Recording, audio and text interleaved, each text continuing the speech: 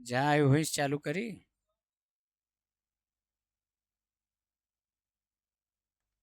देखिए, तो अभी हम नरेशन में सीख रहे थे।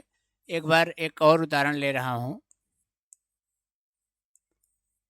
Raju said to Ram comma inverted comma में लेट मी सिंग, मुझे गाने दो। अब देखिए यहाँ पर फर्स्ट पर्सन आया है, तो आपको कुछ नहीं करना है, नियम आपको मालूम है। Raju requested Ram to let him sing, let him sing. दूसरा आप क्या कर सकते हैं इसका, वो देख लीजिए। Raju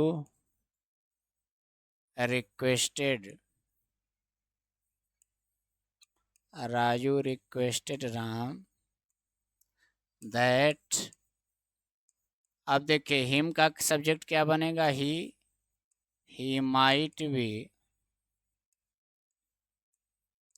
allowed to sing, he might be allowed to sing। अब हम लोग थोड़ा सा आते हैं एडवाइस के सेंस में। In the sense of advice,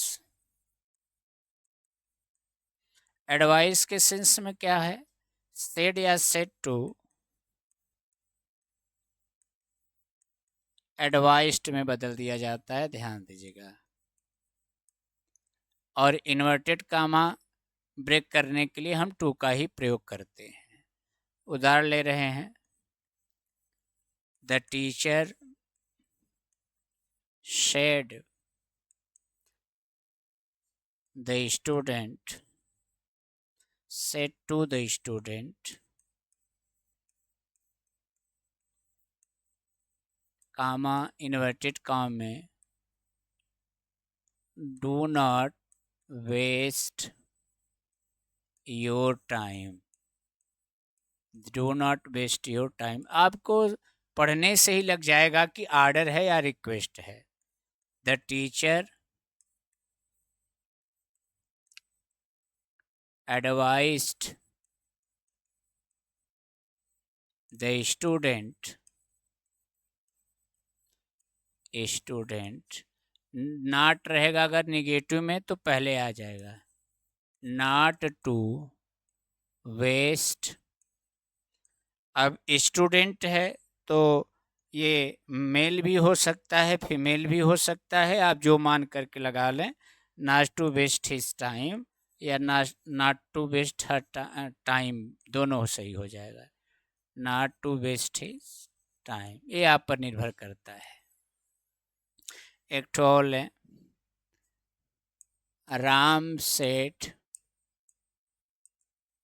to his friend comma inverted comma में do not play so much, do not play so much. अब इसका आपको बनाना है तो आप क्या कहेंगे, Ram advised his friend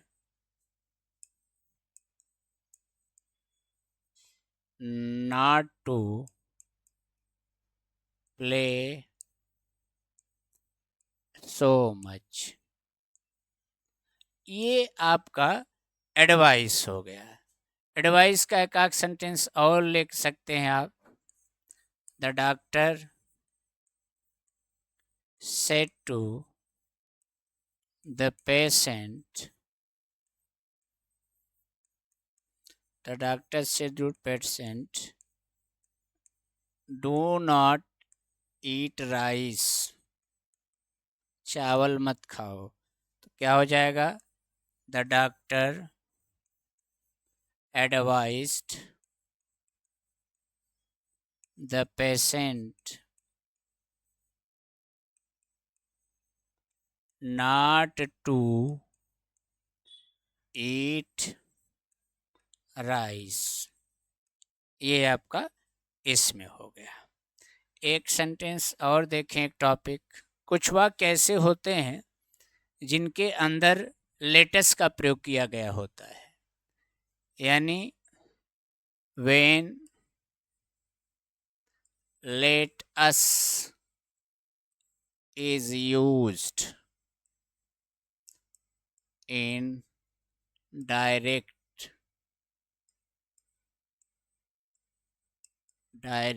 speech. अगर लेटस का प्रयोग किया गया है तो हम लोग कैसे बनाएंगे? ध्यान दीजिएगा, सेड या सेड टू, सेड या सेड टू सजेस्टेड में चला जाता है, या प्रपोज्ड, ठीक। इन्वर्टेड कामा ब्रेक करने के लिए दैट, और लेटस का होता है दे शुड। ध्यान दीजिएगा, for inverted comma,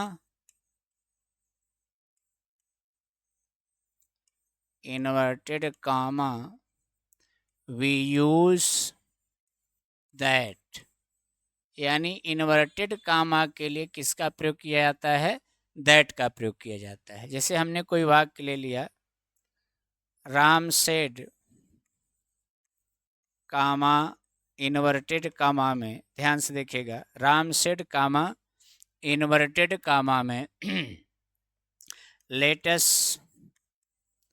go to play, let's go to play. तो आप क्या कहेंगे? राम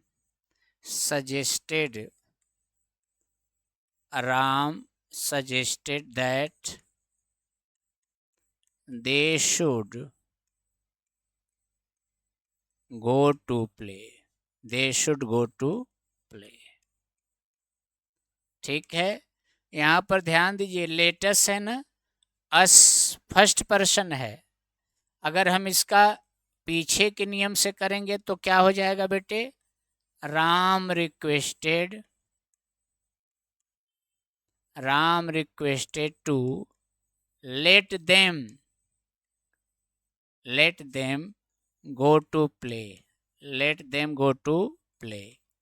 और एक क्या बना सकते हैं कन्हैया? एक और बनेगा, राम रिक्वेस्टेड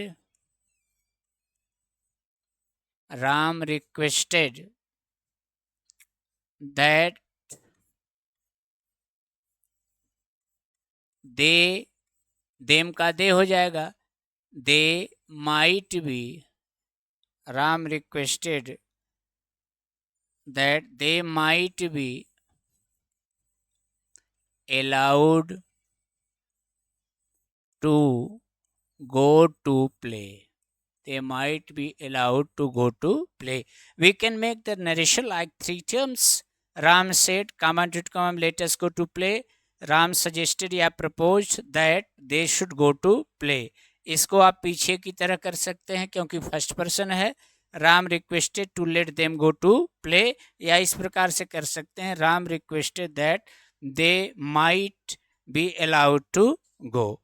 तो ये आपका इम्परेटिव सेंटेंस रहा जिसकी हमने चर्चा की है। ठीक है, इम्परेटिव सेंटेंस। अब एक बार फिर आपसे वही मेरी गुजारिश है कि अगर आपको पीछे के वीडियोज आपने नहीं देखे हैं तो आप English classes bye Pintu Dubey के चैनल पर जाएं, और उसमें लाइव जब आप जाएंगे तो लाइव में सारे वीडियोज अपलोड हैं, उनको आप पढ़ें, एक बार नोट्स बनाएं।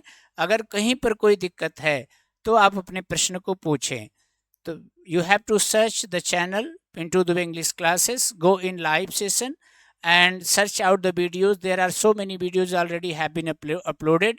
You have to read step by step and make a diary or any notebook.